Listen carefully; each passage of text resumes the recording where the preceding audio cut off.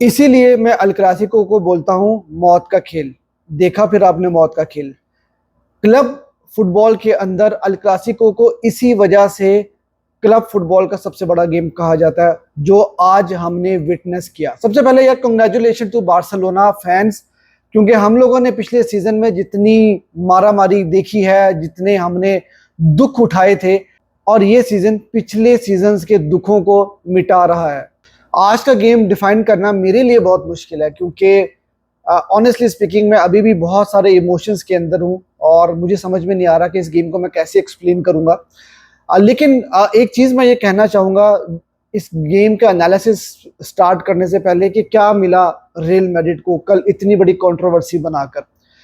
और इतनी बड़ी कंट्रोवर्सी आपने बनाई, मैंने जब से मैं फुटबॉल देख रहा हूँ पिछले 15-20 सालों से, तो मैंने नहीं देखा कि फुटबॉल के अंदर कुछ ऐसी कंट्रोवर्सी बनी हो, स्पेशली ऐसे क्लब की तरफ से जो इतना बड़ा क्लब, जो हर बात पे बोलता है कि हमारे पास 15 यूसीएल हैं, हमारा ये स्टेटस है, हमारा ये स्टेचर है। और आपने जो है वो कल एक बहुत ही खराब किस्म की हरकत की, और मेरे ख्याल में एक अच्छी एग्जाम्पल आपने सेट नहीं की। और आज के मैच के अंदर हमने देखा कि उसका इन्फ्लुएंस कहीं ना कहीं हमें नजर आया, कि आज की गेम के अंदर रेफरिंग जो है वो अंडर इन्फ्लुएंस रहेगी, और रेफरी चाहे सही डिसीजन भी देने जाएगा, वो एक बार सोचेगा जरूर कि क्या मैं सही डिसीजन दे रहा हूं कि नहीं दे रहा। अब बार्सिलोना को आज 2 पेनल्टीज जो हैं वो देना बनती थी, और उसमें से भी मैं एक पेनल्टी चलो छोड़ देता हूँ। जो पहली पेनल्टी थी कुबारसी वाली, वो चलो ठीक है, एक बड़े गेम के अंदर आप शायद ऐसी पेनल्टी नहीं देते, मैं समझता हूँ उस चीज को। लेकिन फेरान टोरेस की पेनल्टी जो है वो आपको देनी चाहिए थी, और फेरान टोरेस की पेनल्टी के ऊपर वार चेक भी नहीं हुआ। मैं बड़ा हैरान हुआ उसके ऊपर, वरना ये गेम का जो है रिजल्ट कुछ और निकल सकता था।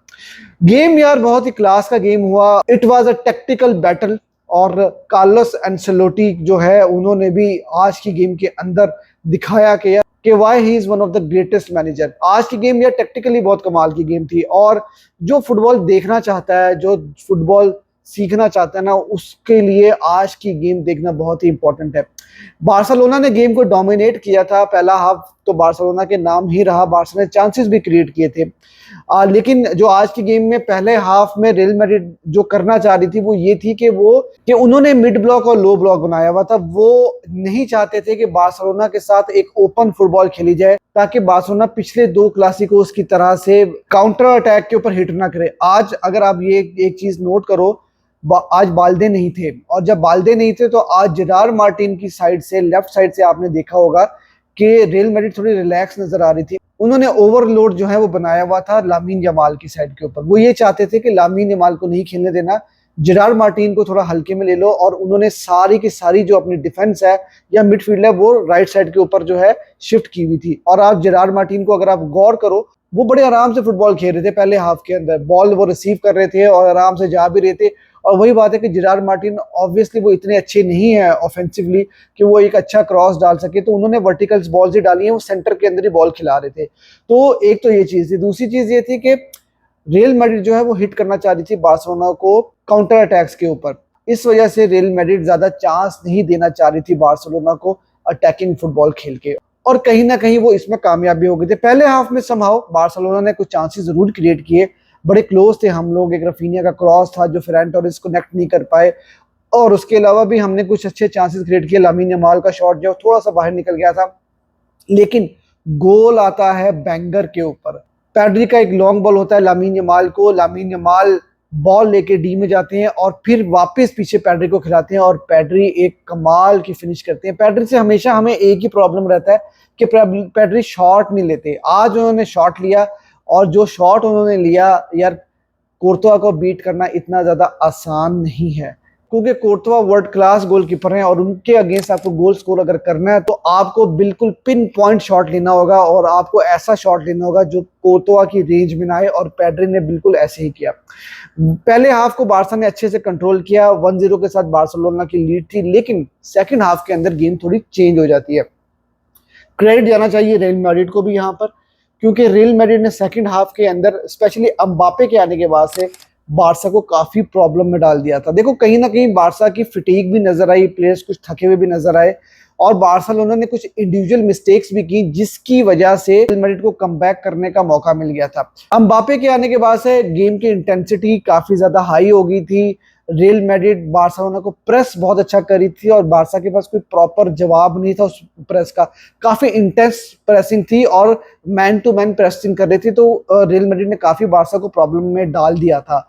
और फिर इसी तरह से पैड्री के पास बॉल आता है, पैड्री को यार वहां पर पास दे देना चाहिए था, उन्होंने बॉल थोड़ा डिले किया, वहीं से बॉल उनसे छीनी और बारसा को काउंटर पड़ता है और फिर बॉक्स के पास एम्बापे के ऊपर फाउल होता है और वहीं पर मुझे जो है ना वो डर लगना शुरू हो जाता है, क्योंकि मुझे रॉड्रिगो का गोल याद आ गया था जो पिछले क्लासिको में उन्होंने गोल स्कोर किया था 5-2 वाले मैच के अंदर।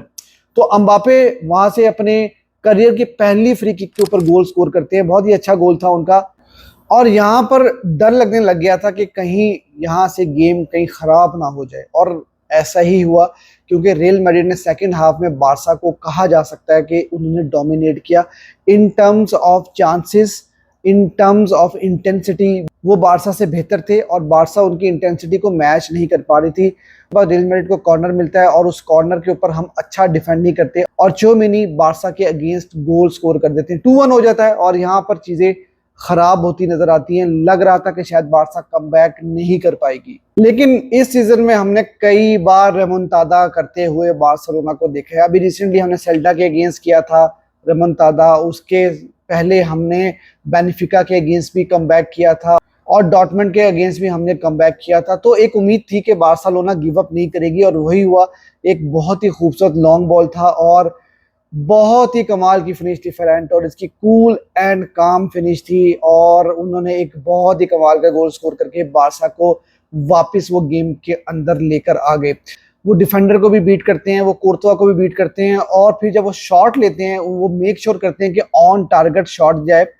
और मुझे एक दफा लग रहा था कि यार कहीं ऐसा ना हो कि इस शॉट में ज्यादा पावर ना हो, लेकिन उनकी इतनी पावर थी शॉट के अंदर कि बॉल गोल के अंदर चली जाती है और बार्सिलोना कम बैक मार देती है। उसके बाद यार ये गेम 2-2 के साथ ड्रॉ होती है। एक्स्ट्रा टाइम 15-15 मिनट का, यार ये बड़ा इंपॉर्टेंट होता है, लेकिन बार्सिलोना ने एक्स्ट्रा टाइम बहुत अच्छे से मैनेज किया, बहुत ही अच्छे से बार्सा ने मैनेज किया। मैच का सेकंड हाफ जो था वो बारसा इतना अच्छा नहीं खेली, लेकिन बार्सिलोना इस मैच के 3 हाफ जो हैं वो बहुत अच्छे खेली है। फर्स्ट हाफ, उसके बाद फर्स्ट एक्स्ट्रा टाइम और सेकंड एक्स्ट्रा टाइम। ठीक है रियल मैड्रिड ने कुछ चांसेस बनाए थे, लेकिन इतनी बड़ी जब गेम चल रही हो और इतनी इंटेंस गेम जब चल रही हो तो वहां पर चांसेस तो बनते ही हैं। यहाँ पर हमने डिफेंड भी बहुत अच्छा किया, जो हमने चेंजेस की थी वो बहुत हमारे काम आई हैं। देखो यार बड़े बोल्ड डिसीजंस लिए थे, कुछ मेरे ख्याल से डिसीजंस लेने पड़ने थे आपको, क्योंकि हमारे कुछ प्लेयर्स थके हुए भी लग रहे थे। पैड्री कुछ थके हुए नजर आए थे, गेम उनका बहुत अच्छा था लेकिन कुछ थके हुए भी वो नजर आए। फ्रैंकी डियोंग को बुला लिया गया था, फिर अरोहो को हमने डाला, हमने गावी को डाला और इन दोनों की कमाल की गेम थी। ओल्मो को हमने वापस बुलाया और उसके बाद हमने फर्मीन लूपेस को डाला, उनका भी बहुत अच्छा गेम था। हमारी इंटेंसिटी बिल्कुल भी नहीं गिरी थी और हमें जो इन प्लेयर से इंटेंसिटी चाहिए थी, प्रेस चाहिए था, वो हम इनसे करवाते रहे और उसी ने डिफरेंस क्रिएट किया। सेकंड एक्स्ट्रा टाइम के अंदर लुका मॉड्रिच का एक वीक पास इंटरसेप्ट करते हैं और वहां पर वो एक शॉट लेते हैं जो कि मतलब मैं ये कहूँगा कि बैंगर था वो भी, क्योंकि कोर्तवा को मैंने जैसे आपको पहले बताया कि बीट करना इतना आसान नहीं है, आपको बिल्कुल स्पॉट ऑन शॉट लेनी है और वही उन्होंने किया और उन्होंने 3-2 करके बारसा के लिए वो मैच जीत लिया। देखो इस गेम के अंदर बहुत सारे इंसिडेंट्स हुए, मैं क्योंकि इमोशंस के अंदर हूँ और मुझे नहीं पता कि आज मैंने वीडियो कैसी बनाई है कैसी नहीं बनाई, लेकिन ये है कि आज की गेम के अंदर बहुत सारे ऐसे इंसिडेंट्स हुए हैं जिसके ऊपर अगर मैं बात करूं तो मैड्रिड ने अभी तक वो चीजें इंप्रूव नहीं की। ऑफसाइड ट्रैप हमारा काम करता रहा, आज की गेम में भी ऑफसाइड ट्रैप काम करता रहा। रियल मैड्रिड ने एक गोल भी स्कोर किया, ऑफसाइड हो गया था। रियल मैड्रिड ने 2 पेनल्टीज जीती, वो भी ऑफसाइड हो गई थी। तो बारसा का ऑफसाइड ट्रैप भी काम कर रहा है। और अगर मैं प्लेयर बाय प्लेयर डिस्कशन करूं तो यार मैं किस प्लेयर की तारीफ ना करूं यार आज की गेम में। शेजनी का गेम बहुत अच्छा गेम था, 2 गोल उन्होंने खाए हैं लेकिन उन्होंने गोल बचाए भी हैं, बहुत अच्छी कीपिंग की है, मतलब स्पेशली एम्बापे के सामने 1-on-1 सिचुएशन में वो 2-3 दफा आए। उसके बाद यार इनिगो मार्टिनेस, यार जब आपने जिरार्ड मार्टिन को वापस बुलाया और आपने इनिगो मार्टिनेस को लेफ्ट बैक पे खिलाया, यार उस बंदे ने वहां पर भी मास्टर क्लास प्रोवाइड करके दी है।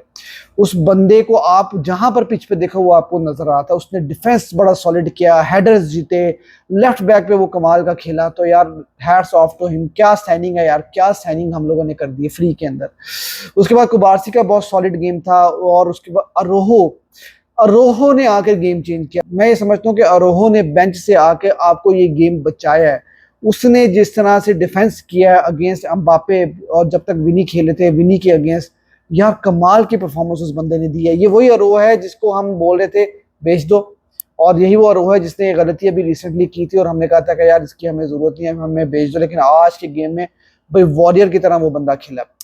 कुंदे की मैं क्या तारीफ करूं यार, कुंदे ने एक जो गोल स्कोर किया उसके बाद यार इतना कंपोजर उसके पास कैसे, इतना काम, इतना कंपोज्ड वो था, और पूरा मैच उसने बहुत कमाल से खेला। उसने डिफेंस बहुत अच्छा किया, उसकी रिकवरी पेस, उसकी पासिंग, उसकी लामीन यमाल के साथ उसका जो तालमेल चल रहा था, और फिर जो गोल उसने मार दिया, कमाल यार कमाल। पेड्री आज का गेम देखो, उसने डिक्टेट किया है आपको मिडफील्ड के अंदर, लेकिन थोड़ा थोड़ा मुझे थका हुआ नजर आया। वो एक गोल उसकी वजह से थोड़ा हुआ, अगर वहां पर वो पास खिला देता तो वो अम्बापे को वो फाउल ना मिलता, वो गोल ना होता। ये छोटी छोटी गलतियां हमें नहीं करनी, लेकिन ये था समहाउ उसका बहुत कमाल का गेम था। दूसरी तरफ फ्रैंकी डियोंग, यार वो भी थोड़ा सा मुझे जो है ना आज फ्रैंकी डियोंग थोड़ा ऑफ कलर नजर आए, इसलिए मैं ये बात बोलता था कि हमें ऐसी गेम्स में कसाडो की बहुत जरूरत पड़ेगी। आज मुझे लगा कि आज हमने कसाडो को मिस किया।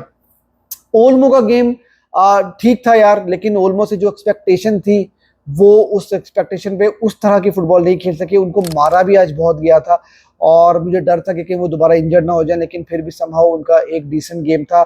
लामीन यमाल की रेटिंग अगर आप देखो तो यार उस बंदे ने पूरी रियल मैड्रिड को नचा के रखा हुआ था, और वो तो शुक्र करो कि बाल्दे नहीं था। अगर बाल्दे लेफ्ट के ऊपर होता तो रियल मैड्रिड को बहुत ही प्रॉब्लम होती है आज की गेम में। रफीनिया का गेम जो है ना यार वो बहुत खराब था। आज का गेम हम बहुत पहले जीत सकते थे, लेकिन रफीनिया ने अपने चांसेस नहीं लिए, उन्होंने शॉट्स जो हैं वो बाहर मार दी। जिस तरह से रफीनिया इस सीजन में फुटबॉल खेल रहे थे, जिस तरह से उन्होंने बड़ी गेम्स के अंदर परफॉर्म किया, तो हम यही एक्सपेक्ट कर रहे थे कि एटलीस्ट वो शॉट्स ऑन टारगेट जरूर मारते, गोलकीपर को एटलीस्ट टेस्ट जरूर करते, वरना ये गेम शायद पहले हाफ में ही खत्म हो जाती, या पहले 90 मिनट्स के अंदर ही हम ये गेम किल कर सकते थे। समहाउ यार देर है दुरुस्त है, और मजा ही इस वजह से हमें शायद ज्यादा आया क्योंकि इस गेम को हम आखिर तक लेकर गए और हमने ये मैच जीता। लेकिन इतनी कंट्रोवर्सी के बाद जो हरकतें रुद्रिगर ने की, विनी ने की, मैच के बाद वो बॉटल्स मारी, और बेलिंगम को भी मेरे ख्याल से रेड कार्ड हुआ, जो मैंने बाद में देखा 3-4 प्लेयर्स को रियल मैड्रिड के रेड कार्ड मिला। यार हमें 2-3 पेनल्टीज नहीं दी गई, उसके बावजूद भी जो है वो आप लोग अगर इस तरह से बिहेव करोगे तो फिर भाई हम क्या ही बात कर सके। तो समहाउ यार it was a great game, और पहली ट्रॉफी हमने सीजन की जीत ली है। और यार थैंक्स टू हैंसी फ्लिक, ये बात हमें लाजिम याद रखनी चाहिए कि ये वही टीम है जो पिछले सीजन में बिल्कुल परफॉर्म नहीं करी थी, लेकिन हैंसी फ्लिक ने इस टीम की मेंटालिटी चेंज कर दी। ये टीम बिल्कुल गिव अप नहीं करती, और आखिरी वक्त तक जो है ये टीम फाइट करती है। तो I am a proud Barcelona fan. Barça ने आज की गेम जीतकर जो है ना वो दिन बना दिया, रात बना दी। तो आई होप कि आप लोगों ने भी इस गेम को एंजॉय किया होगा। ये वीडियो में ज़्यादा अच्छे तरीके से नहीं बना पाया क्योंकि मुझे समझ में नहीं आया कि आज की गेम को मैं कैसे एक्सप्लेन करूँ। सीजन में अभी बहुत कुछ होना बाकी है। आई होप कि हम इंटर के अगेंस्ट भी अच्छा परफॉर्म करें और चैंपियंस लीग भी जीतें और ला लीगा भी जीतें। विस्कल बारसा।